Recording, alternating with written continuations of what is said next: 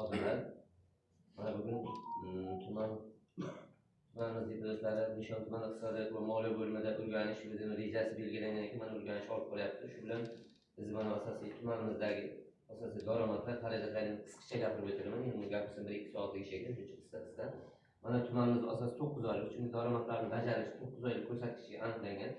Yana 76 milliard 157 million reja 9 oylik.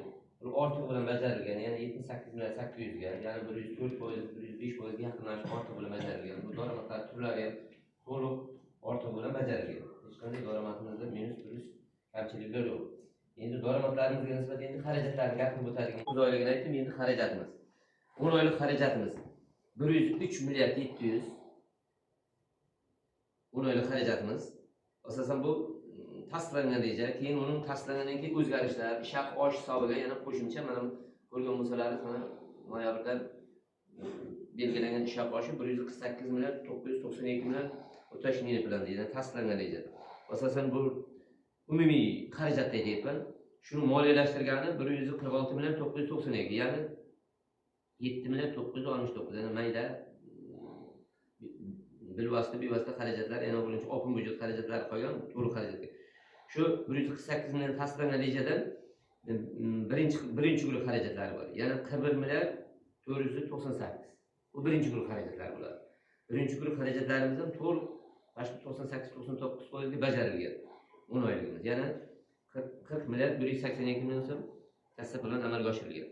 Ikkinchi guruh xarajatlarimiz asosan 10 oylik 10 milliard 264, ya'ni bu ikkinchi guruh xarajatlar degani ijtimoiy soliqlar. To'g'ridan to'g'ri 25% o'ziga programma tarbiyanat qilingan, bu yerda hech qanday odam, inson omili qatnashmaydi. Ular to'liq shu 98-99% ga bajarilgan, shu ish haqining proporsiya bilan. Bundan tashqari 4-chi guruh xarajatlarimiz, ya'ni kommunal to'lovlar, ya'ni elektr energiya, gaz, issiq suv, sovuq suv va boshqa turdagi mana dori-darmon, oziq-ovqat xarajatlari bor. Buning ichida yana dori-darmon degani yana tibbiyot birlashmasi kirmaydi, lekin bog'chalarda, mana maktabgacha ta'lim muassasalarida ham dori borlar. Ularda mana bog'chani saqlash uchun o'zini sanitarkasini, medsestrasi va shu medsestraga kerakli birinchi tibbiy yordam bizlar mahalliy byudjetdan ajratadi. Endi oziq-ovqat bog'chani o'zi bilasiz, davlat bog'chalari bor. Shu davlat bog'chalariga ajratilgan pul hisobidan 4-chi guruh xarajatlari 95 milliard 229 million tasdiqlangan reja. Bu to'liq bajarilgan tartib. Yana 98-99% bajarilgan. Bundan tashqari bizga qolib ketgan, endi to'g'ri bajarilmagan qismlarimizda open byudjet xarajatlari bor. 34 milliarddan oshib, mana shu 34 million so'm bu ham to'liq respublikaga OKSga tashlab berilgan, open byudjet jamg'armasi deydi, yana bu tashabbusli jamg'armaga tashlab berilgan. Endi mana ikkinchi mavsumning endi mana nima deydi, bajarilgan ishiga qarab, forma 5 topshirishiga qarab etap-etap moliyalashtirib beriladi. Hech qanday muammo yo'q. Byudjetimizda hozir ish haqidan qarzdorligimiz mavjud emas. Boshqa elektr energiya, boshqa dori-darmon, oziq-ovqatdan hech qanday qarzdorlik mavjud emas muddatli. Hammasi 100% ish haqimizdan boshqa 4-chi guruh xarajatlari bu hech qanday qarzdorlik mavjud emas. Boshqa hozirgi mana bu bo'yicha ish haqi olmayapti, 4-chi guruh olmayapti, elektrdan qarzdorligimiz yo'q degan hech kim murojaatga tushmagan. Nafsdan biladi.